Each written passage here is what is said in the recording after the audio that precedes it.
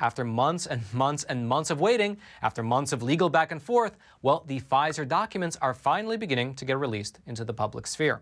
Now, to give you a bit of background, you might remember how late last year, a group called the Public Health and Medical Professionals for Transparency, they filed a lawsuit against the FDA in order to force them to release all of the documents that are in their possession that pertain to the Pfizer vaccine's approval.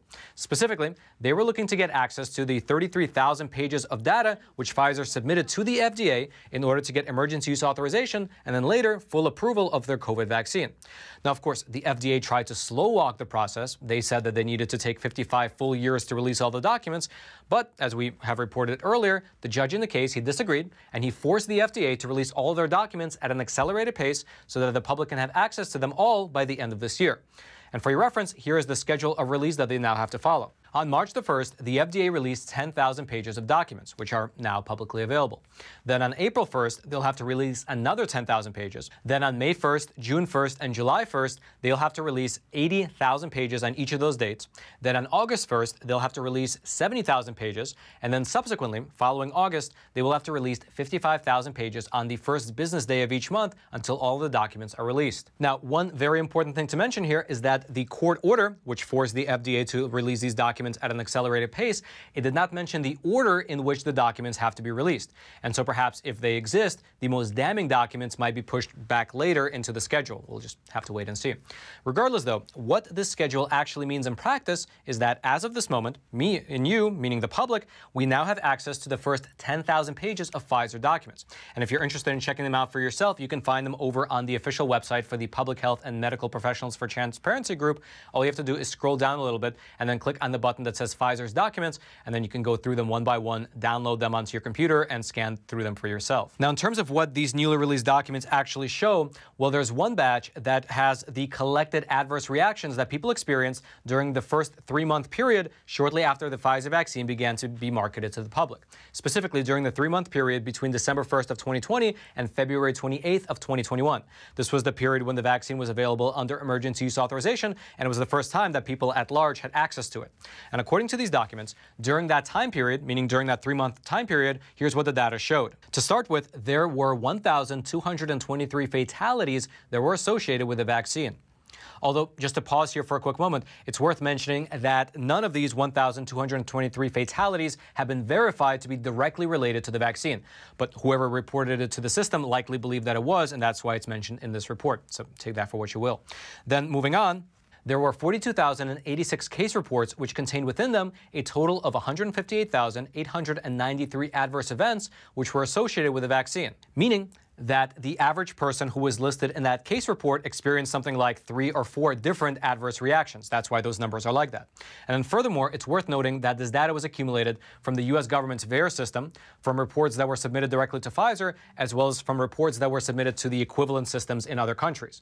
However, and this is something that the documents themselves mention, because these adverse reaction reports are submitted voluntarily, it's not exactly clear what percentage of adverse reactions are underreported, meaning that the real number could be anywhere from 5% to even 500% higher, we just have no idea.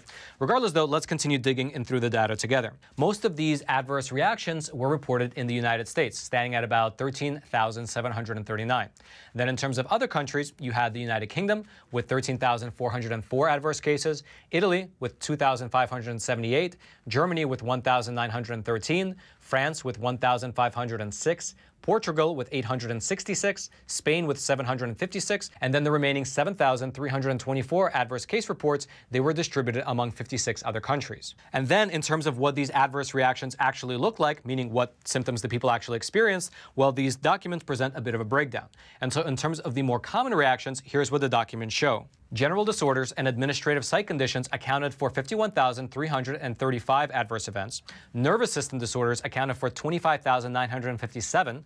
Musculoskeletal and connective tissue disorders accounted for 17,283 adverse events. Gastrointestinal disorders accounted for about 14,096 adverse events. Skin and subcutaneous tissue disorders accounted for 8,760 adverse events. Respiratory, thoracic, and mediastinal disorders accounted for 8,848 adverse events. events. Infection and infestations accounted for 4,610 adverse events. Injuries, poisoning, and procedural complications accounted for 5,590 adverse events. And then when you go a bit further down into the documents, they list something that they call cardiovascular adverse events of special interest. And of these, the documents show that in the first 3 months of the injections, there were 1,403, 241 of which were medically confirmed, and 1,162 which were not medically confirmed. And by the way, if you'd like to dig deeper into what any of those specific conditions were, you can look at the tables in the documents, which have a actually pretty great breakdown of the different symptoms and what percentage each of those symptoms represent.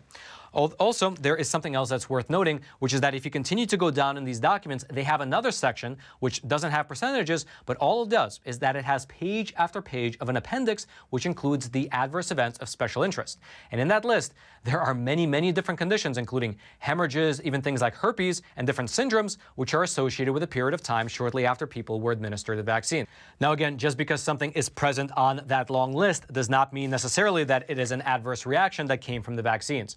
It's very likely just something that the researchers noted to look out for, maybe because they saw 1 or 2 cases pop up. Regardless, though, the next logical question to ask is what percentage of the vaccines that were distributed do these numbers represent?